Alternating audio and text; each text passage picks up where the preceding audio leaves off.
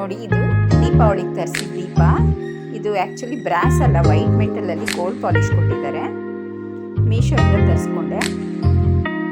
ನೋಡಿ ಫ್ರೆಂಡ್ಸ್, ಇದು ಹಳೆ ವಾಲ್ ಪ್ಲೇಟ್ಸು. ಇದನ್ನು ಏನಾದ್ರು ಡಿಸೈನ್ ಮಾಡಬೇಕು ಅಂತ ನಾನು ಈ ಥರ ಡಿಸೈನ್ ಮಾಡ್ತಾ ಇದ್ದೀನಿ. ನೋಡಿ, ಇದು ಹಳೆ ಟೈಪಲ್ಲಿ ಈ ಥರ ಹಾಕ್ತಾಯಿದ್ರು. ನಾನು ಈ ಥರ ಚೇಂಜ್ ಮಾಡಿ ಈ ಥರ ಡಿಸೈನ್ ಮಾಡಿದ್ದೀನಿ. ನೋಡಿ, ಈ ಥರ ಟ್ರಯಾಂಗಲ್ ಶೇಪಲ್ಲಿ ಡಿಫ್ರೆಂಟ್ ಕಲರ್ಸ್ ಮತ್ತು ಪಿಂಕಲ್ಲಿ ನಾನು ಈ ಥರ ಡಿಸೈನ್ ಮಾಡಿದ್ದೀನಿ. ಮಧ್ಯ ಮತ್ತು ಮಿರರ್ ಫ್ರೆಂಡ್ಸ್, ಒಂದು ಲೈಕ್ ಮಾಡಿ. ಈ ಡಿಸೈನ್ ಇಷ್ಟ ಆಗಿದ್ರೆ ಒಂದು ಲೈಕ್, ಶೇರ್, ಸಬ್ಸ್ಕ್ರೈಬ್ ಮಾಡಿ ಫ್ರೆಂಡ್ಸ್. ಚೆನ್ನಾಗಿದೆಯಾ? ವಾಲ್ ಮೇಲೆ ಡೆಕೋರೇಟ್ ಮಾಡಿದ್ರೆ ತುಂಬ ಚೆನ್ನಾಗಿ ಕಾಣುತ್ತೆ.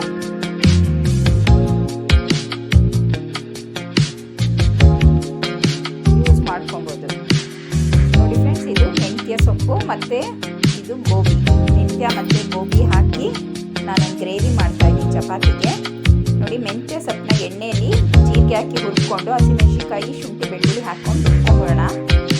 ಅದೊಂದು ಪೇಸ್ಟ್ ರೆಡಿ ಆಗುತ್ತೆ. ಇವಾಗ ಅದಕ್ಕೆ ಕಾದಿರೋ ಎಣ್ಣೆಗೆ ಸ್ವಲ್ಪ ಜೀರಿಗೆ ಹಾಕ್ಕೊಳ್ಳೋಣ.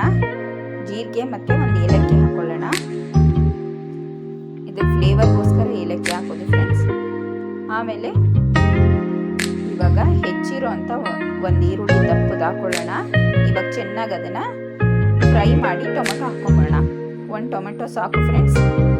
ಒಂದು ಟೊಮೆಟೊ ಹಾಕಿ ಅದು ಚೆನ್ನಾಗಿ ಬೆಂದ ಮೇಲೆ ರುಬ್ಬಿರೋ ಅಂಥ ಮಿಶ್ರಣ ಹಾಕ್ಕೊಳ್ಳೋಣ.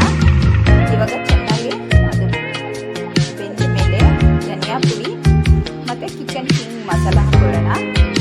ಕಿಚನ್ ಕಿಂಗ್ ಇಲ್ಲ ಅಂದರೆ ಗರಂ ಮಸಾಲ ಹಾಕ್ಕೊಳ್ಳಿ. ಕಿಚನ್ ಕಿಂಗ್ ಮಸಾಲ ಹಾಕ್ಕೊಳ್ಳೋಣ, ಸ್ವಲ್ಪ ಎಕ್ಸ್ಟ್ರಾ ಫ್ಲೇವರ್ಗೋಸ್ಕರ. ಇವಾಗ ಚೆನ್ನಾಗಿ ಅದನ್ನು ಮಿಕ್ಸ್ ಮಾಡ್ಕೊಳ್ಳೋಣ. ಅದಕ್ಕೆ ಸ್ವಲ್ಪ ನೀರು ಹಾಕಿ ಗ್ರೇವಿನ ನಮ್ಗೆ ಎಷ್ಟು ಬೇಕೋ ಅಷ್ಟು ಮಾಡ್ಕೊಳ್ಳೋಣ.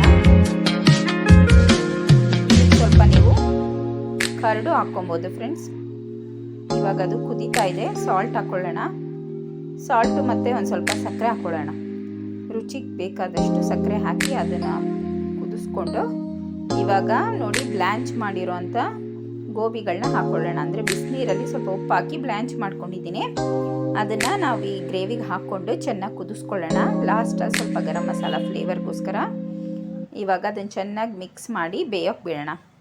ಬೆಂದ ಮೇಲೆ ನೋಡಿ, ಇವಾಗ ಚೆನ್ನಾಗಿ ಬೇಯ್ತಾ ಇದೆ.